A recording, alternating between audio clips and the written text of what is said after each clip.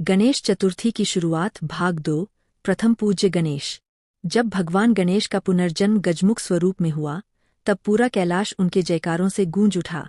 माता पार्वती ने पुत्र को गले लगाया और महादेव शिव ने भी उनके मस्तक पर हाथ रखकर आशीर्वाद दिया। माँ पार्वती ने क्रोध और पीड़ा से कांपते हुए शिव से कहा, आज से मेरा पुत्र सब देवताओं से पहले पूजित होना चाहिए, अन्यथा मैं किसी भी देव अनुष्ठान को स्वीकार नहीं करूंगी। शिव जी ने गंभीर स्वर में उत्तर दिया, देवी, आपकी बात सत्य होगी। गणेश को प्रथम पूज्य देव के रूप में प्रतिष्ठित किया जाएगा। किसी भी कार्य, यज्ञ या पूजा की शुरुआत उनके बिना पूर्ण नहीं होगी। यह सुनकर गणेश के छोटे से चेहरे पर हल्की मुस्कान आई, परंतु अन्य देवताओं के मन में संशय उत्पन्न हो गया। इंद्र, अग्नि, वायु और सूर्य देव ने आपस में कहा, गणेश अभी बालक है, फिर इन्हें प्रथम पूज्य कैसे बनाया जा सकता है? हमें तो अनेक यज्ञों और तपस्या से यह स्थान मिला है।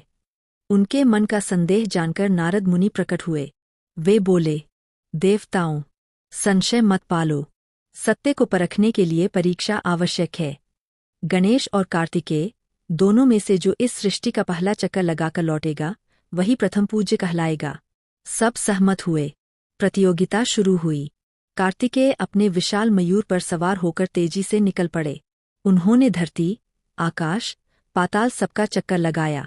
उनकी गति इतनी तीव्र थी कि सभी देव उनकी प्रशंसा करने लगे। उधर गणेश जी का वाहन तो छोटा सा मूषक था।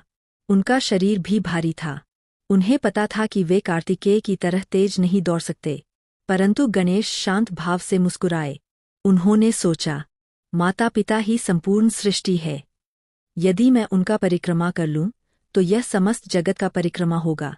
गणेश ने माता पार्वती और शिव जी के चारों ओर प्रदक्षिणा दी और हाथ जोड़कर कहा, आप ही मेरी दुनिया है। आपकी परिक्रमा करके मैंने समस्त ब्रह्मांड का चक्कर पूरा किया। जब कार्तिकेय लौटे तो उन्होंने गर्व से कहा, मैं पूरी सृष्टि का परिक्रमा कर आया। अब प्रथम पूज्य कहलाने का अधिकार मेरा है।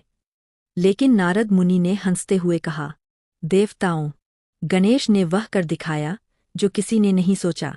माता पिता ही सृष्टि का मूल है, इसलिए गणेश की प्रदक्षिणा संपूर्ण ब्रह्मांड की प्रदक्षिणा के समान है।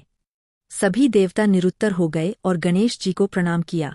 उस दिन से गणेश को प्रथम पूज्य का गौरव प्राप्त हुआ, और यही कारण है कि हर यज्ञ, हर पूजा, हर शुभ कार्य में सबसे पहले गणपति बप्पा मोरया कहकर उनकी आराधना की जाती है।